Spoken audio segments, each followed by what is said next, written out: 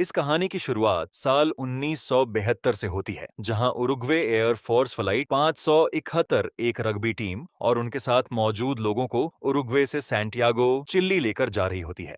इस विमान में कुल 45 लोग सवार होते हैं। जब यह विमान दुनिया की सबसे लंबी पर्वत श्रृंखला एंडीज पर्वतमाला के ऊपर से उड़ रहा होता है, तभी यह एक भीषण बर्फीले तूफान में फंस जाता है। पायलट विमान पर अपना नियंत्रण खो देता है, जिसकी वजह से विमान एक विशाल पहाड़ से टकरा जाता है और उसके दो टुकड़े हो जाते हैं। विमान का अगला हिस्सा, जिसमें ज्यादातर यात्री बैठे होते हैं, बर्फ पर फिसलता हुआ काफी दूर तक चला जाता है। इस हादसे में कई यात्रियों की मौके पर ही मौत हो जाती है, जबकि जो लोग बचते हैं वे किसी तरह खुद को संभालने की कोशिश करते हैं। इसके बाद वे पायलट के पास जाते हैं, लेकिन तब तक उसकी भी मौत हो चुकी होती है। अब जो लोग जिंदा बचे हैं वे एक दूसरे की मदद करने लगते हैं। जैसे जैसे रात होने लगती है, तापमान लगातार गिरता जाता है। ठंड इतनी ज्यादा होती है कि उसे सहना लगभग नामुमकिन हो जाता है। विमान का जो हिस्सा खुला हुआ होता है, वहां से बर्फीली हवाएं लगातार अंदर आ रही होती।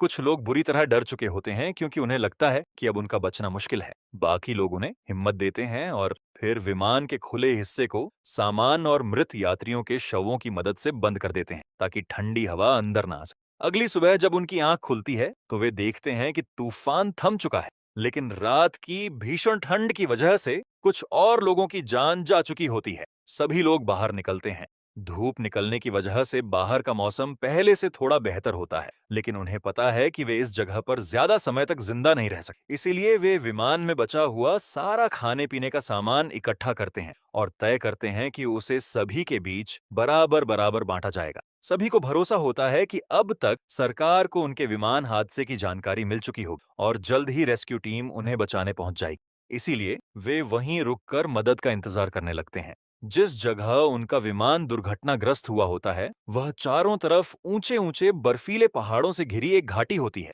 ऐसे में वहां से बाहर निकलना बिल्कुल भी आसान नहीं होता। तभी उन्हें आसमान में एक विमान दिखाई देता है। उसे देखकर सभी की उम्मीदें फिर से जाग उठती हैं, क्योंकि उन्हें लगता है कि यह विमान उन्हें खोजने आया है। लेकिन उनका विमान जिस जगह पड़ा होता है, वह ऊपर से बर्फ में पूरी तरह घुल मिल जाता है। वे जोर जोर से चिल्लाते हैं और हर संभव कोशिश करते हैं कि उनकी ओर ध्यान जाए, लेकिन पायलट उन्हें देख नहीं पाता और वह विमान उनकी आंखों के सामने से उड़कर आगे निकल जाता है। अब इन लोगों के पास यहीं किसी तरह जिंदा रहने के अलावा कोई दूसरा रास्ता नहीं होता। उन्हें उम्मीद होती है कि जल्द ही कोई रेस्क्यू टीम उन्हें बचाने आएगी। 3 दिन बीत जाते हैं, जिसके बाद एक लड़के नैंडो पाराडो को होश आता है। होश में आते ही वह अपनी बहन सूसी के पास जाता है, जिसकी हालत बेहद गंभीर होती है। तभी उसे पता चलता है कि इस हादसे में उसकी मां की मौत हो चुकी है। यह सुनकर नैंडो पूरी तरह टूट जाता है। अब सबसे बड़ी समस्या पीने के पानी की होती है,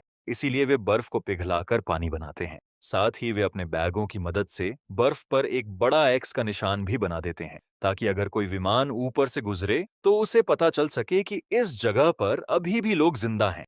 तभी वे तय करते हैं कि विमान के पिछले हिस्से तक पहुंचना होगा, जो हादसे के दौरान अलग होकर पहाड़ पर कहीं गिर गया था। उन्हें उम्मीद होती है कि वहां मौजूद बैटरियों की मदद से वे विमान का रेडियो चलाकर किसी से संपर्क कर पाएंगे। इसके बाद उनमें से कुछ लोग पहाड़ की ओर चढ़ना शुरू करते हैं, लेकिन ऊपर पहुंचकर उन्हें एहसास होता है कि उनका विमान एक गहरी बर्फीली घाटी में फंसा हुआ है। यही वजह थी कि ऊपर से गुजरने वाली रेस्क्यू टीम उन्हें देख ही नहीं पा रही।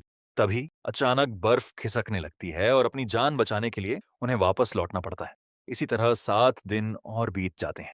अब उनका बचा हुआ सारा खाना भी खत्म हो चुका होता है। चारों तरफ सिर्फ बर्फ ही बर्फ होती है।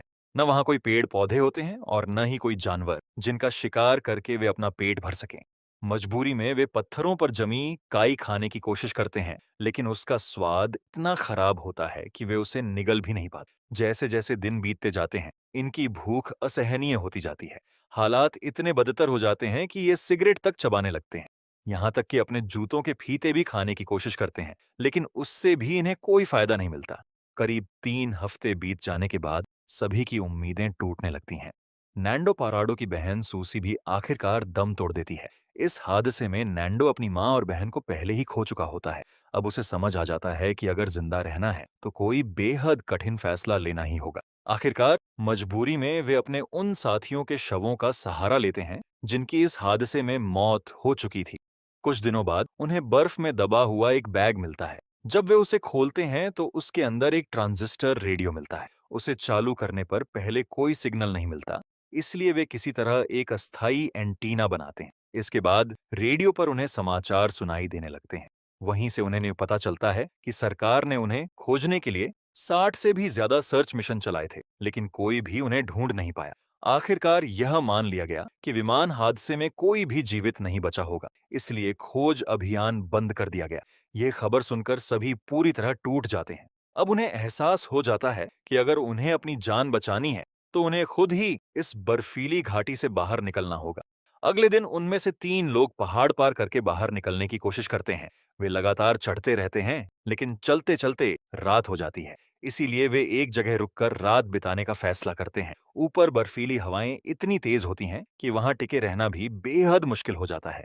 अगली सुबह वे समझ जाते हैं कि इस रास्ते से बाहर निकलना फिलहाल नामुमकिन है, इसलिए मजबूर होकर वापस विमान के पास लौट आते हैं। उस रात सभी लोग विमान के अंदर आराम कर रहे होते हैं। तभी अचानक ऊपर से भारी मात्रा में बर्फ गिरती है और पूरा विमान बर्फ में दबने लगता है। कई लोग उसके अंदर ही फंस जाते हैं। बाकी लोग पूरी ताकत लगाकर अपने साथियों को बाहर निकालते हैं, लेकिन इस हादसे में एक महिला की दम घुटने से मौत हो जाती है। वे अभी इस सदमे से उबर भी नहीं पाते कि उन्हें बाहर से तेज गड़गड़ाहट जैसी आवाजें सुनाई देती हैं। उन्हें समझ आ जाता है कि एक और भीषण हिमस्खलन एवलांच उनकी ओर बढ़ रहा है। देखते ही देखते वह बर्फीला तूफान पूरे विमान को अपनी चपेट में ले लेता है। लगातार कोशिश करते करते कांच का एक टुकड़ा नूमा के पैर में गहराई तक धंस जाता है, लेकिन वह हार नहीं मानती। कई घंटों की अथक मेहनत के बाद वह बर्फ में एक रास्ता बनाने में कामयाब हो जाता है। इसके बाद अंदर जिंदा बचे सभी लोग किसी तरह बाहर निकल आते हैं। बाहर आने पर नूमा देखता है कि जिस जगह कांच उसके पैर में ढंसा था वह बुरी तरह जम चुकी है और उसे वहां अब कोई दर्द भी महसूस नहीं हो रहा। इसके बाद सभी लोग मिलकर विमान के चारों ओर जमी बर्फ हटाने लगते हैं, लेकिन उनके एक साथी की हालत बेहद गंभीर हो चुकी होती है। वे उसे बचाने के लिए सीपीआर भी देते हैं, लेकिन उनकी सारी कोशिशें नाकाम रहती हैं और उसकी मौत हो जाती है। उसकी जेब से एक पत्र मिलता है जो उसने अपने माता पिता के नाम लिखा था। वे उस पत्र को संभाल कर अपने पास रख लेते हैं। हादसे के 36 दिन बाद नूमा न्यानांडो पाराडो और रॉबर्टो कनेसा सहित कुछ साथी पहाड़ की ओर बढ़ना शुरू करते हैं, लेकिन कुछ दूर जाने के बाद नूमा के पैर का घाव और ज्यादा बिगड़ जाता है। उसके साथी उसका घाव देखकर समझ जाते हैं कि उसकी हालत लगातार खराब होती जा रही है। वे उसे साथ ले जाने का फैसला करते हैं, लेकिन नूमा उन्हें रोक देता है। इसके बाद नैंडो और उसके साथी आगे बढ़ते रहते हैं। कई घंटों की कठिन चढ़ाई के बाद वे उस जगह पहुंचते हैं जहां विमान का पिछला हिस्सा गिरा हुआ होता है। उसे देखकर उनकी खुशी का ठिकाना नहीं रहता। वे बाकी साथियों को भी वहां बुला लेते हैं। विमान के उस हिस्से में उन्हें कई गर्म कपड़े, कुछ खाने पीने का सामान और वे बैटरियां भी मिल जाती हैं, जिनकी उन्हें काफी समय से तलाश थी। उन्हें उम्मीद होती है कि अब वे रेडियो चलाकर बाहर की दुनिया से संपर्क कर पाएंगे, लेकिन जब वे रेडियो चालू करने की कोशिश करते हैं तो पता चलता है कि वह पूरी तरह खराब हो चुका है और अब उससे कोई संपर्क नहीं हो सकता। उधर नूमा की तबीयत लगातार बिगड़ती जा रही होती है। उसे एहसास हो जाता है कि अब शायद वह ज्यादा दिनों तक जिंदा नहीं रहेगा। इसीलिए वह खाना भी कम कर देता है, क्योंकि वह नहीं चाहता कि उसके हिस्से का भोजन व्यर्थ जाए। इसी दौरान उन्हें विमान के पिछले हिस्से में एक बड़ा वाटरप्रूफ इंसुलेटिंग कपड़ा मिलता है, जिससे वे अपने लिए एक अस्थायी स्लीपिंग बैग तैयार करते हैं। इसी बीच उन्हें अपने छोटे ट्रांजिस्टर रेडियो से पता चलता है कि एयर फोर्स आखिरी बार उनकी तलाश में एक और रेस्क्यू मिशन भेजने वाली है। नुमा की हालत अब बेहद नाजुक हो चुकी होती है। अपनी आखिरी सांसों से पहले वह अपने साथियों से कहता है, अगर मेरी मौत हो जाए तो मेरे शरीर का इस्तेमाल अपनी जिंदगी बचाने के लिए कर लेना। अगर हम में से एक भी इंसान जिंदा बच गया तो हम सबकी कुर्बानी बेकार नहीं जाएगी। इसके बाद नूमा तुर्काती की मौत हो जाती है। मरने से पहले कहे गए उसके शब्द बाकी सभी साथियों को नई हिम्मत देते हैं। अब नैंडो पाराडो और रॉबर्टो कनेसा फैसला करते हैं कि वे एक बार फिर इस बर्फीली घाटी से बाहर निकलने की कोशिश करेंगे। दोनों लगातार ऊंचे ऊंचे पहाड़ों पर चढ़ते रहते हैं। जब वे आखिरकार एक चोटी पर पहुंचते हैं तो उनके होश उड़ जाते हैं। जहां तक नजर जाती है वहां सिर्फ बर्फ से ढके विशाल पहाड़ ही दिखाई देते हैं। उन्हें बाहर निकलने का कोई रास्ता नजर नहीं आता। एक पल के लिए उनके मन में वापस लौटने का ख्याल आता है, लेकिन वे जानते हैं कि अगर वे लौट गए तो शायद कभी जिंदा नहीं बच पाएंगे। इसीलिए वे हिम्मत नहीं हारते और आगे बढ़ते रहने का फैसला करते हैं। कई दिनों तक लगातार चलते रहने के बाद वे आखिरकार एक नदी तक पहुंच जाते हैं। बहता हुआ पानी देखकर उनकी खुशी का ठिकाना नहीं रहता। वे कई दिनों बाद खुलकर पानी पीते हैं। तभी उन्हें नदी के दूसरी तरफ घोड़े पर सवार एक आदमी दिखाई देता है। पहले तो उन्हें अपनी आंखों पर यकीन नहीं होता। उन्हें लगता है कि शायद यह सिर्फ उनका भ्रम है, लेकिन जल्द ही उन्हें एहसास हो जाता है कि वह सचमुच एक इंसान है। दोनों जोर जोर से चिल्लाकर उससे मदद मांगते हैं, लेकिन नदी का शोर इतना ज्यादा होता है कि उनकी आवाज उस आदमी तक नहीं पहुंच पाती। तब वह आदमी एक पत्थर पर कागज और पेंसिल बांधकर उनकी तरफ फेंकता है। नैंडो उस कागज पर अपनी पूरी कहानी लिखकर वापस उसकी ओर फेंक देता है। वह आदमी तुरंत अधिकारियों और एयर फोर्स को इसकी सूचना देता है।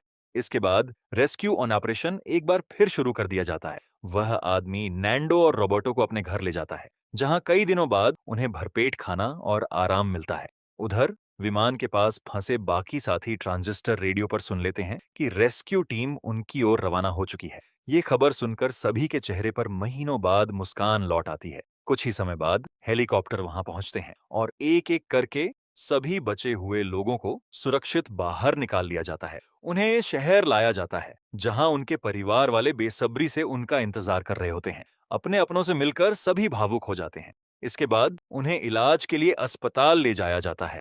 हालांकि अब वे अपने अपने घर लौट सकते थे, लेकिन वे फैसला करते हैं कि इस कठिन सफर के बाद आखिरी रात वे सभी एक साथ बिताएंगे। यहीं पर इस भावनात्मक और प्रेरणादायक film society of the snow की कहानी खत्म होती है। अगर आपको यह कहानी पसंद आई हो तो वीडियो को लाइक जरूर करें, और अगली बार आप किस फिल्म की कहानी सुनना चाहते हैं मुझे नीचे कमेंट करके बताइए।